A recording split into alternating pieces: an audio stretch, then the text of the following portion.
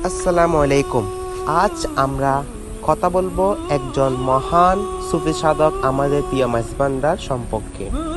মাইজভান্ডার ছিলেন একজন আধ্যাত্মিক গুরু, যিনি আজ থেকে শতাব্দী আগে আমাদের বাঙালি সমাজে এসেছিলেন। তার আসল নাম ছিল শাহ মাওলানা সৈয়দ আব্দুল করিম। তিনি ছিলেন একজন মরমী সন্ন্যাসী, যার জীবন প্রেম, ভালোবাসা এবং মানবিকতার শিক্ষা ছিল প্রধান। তিনি জীবনে সবচেয়ে বড় শিক্ষা ছিল আত্মশুদ্ধি ও আধ্যাত্মিক উন্নতি। তিনি বলতেন, নিজেকে জানো, আল্লাহকে জানবে। অর্থাৎ নিজের অন্তর ও আত্মা বিশুদ্ধ করার মাধ্যমে আমরা আল্লাহর কাছাকাছি পৌঁছাতে পারি। মাইজভান্ডার সর্বদা মানুষের প্রতি ভালোবাসা ও দয়ার প্রতি গুরুত্ব দিয়েছেন।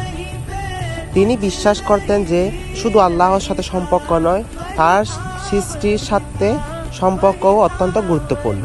তার মতে মানুষের সেবা করা এবং ভালোবাসা ছড়িয়ে দেওয়া একটি আসল আধ্যাত্মিকতা।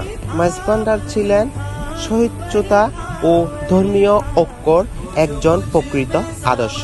তিনি সব ধর্মের প্রতি শ্রদ্ধাশীল ছিলেন এবং বিশ্বাস করতেন সব পথেই এক সত্যর দিকে নিয়ে যায়।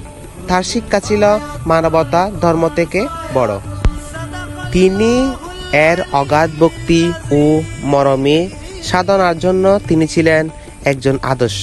তিনি শিষ্যদের কাছে শিখিয়েছিলেন, আল্লাহর কাছে পৌঁছানোর জন্য প্রয়োজন শুধু ভালোবাসা, অখণ্ড ভক্তি ও একাগ্রতা। তার জীবন ছিল এই আদর্শের এক বাস্তব উদাহরণ। মাইজভান্ডারের শিক্ষা আজও আমাদের সমাজে গভীর প্রভাব ফেলেছে।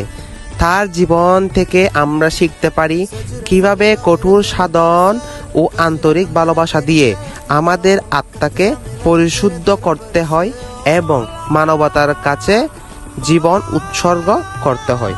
আলহামদুলিল্লাহ, আলহামদুলিল্লাহ।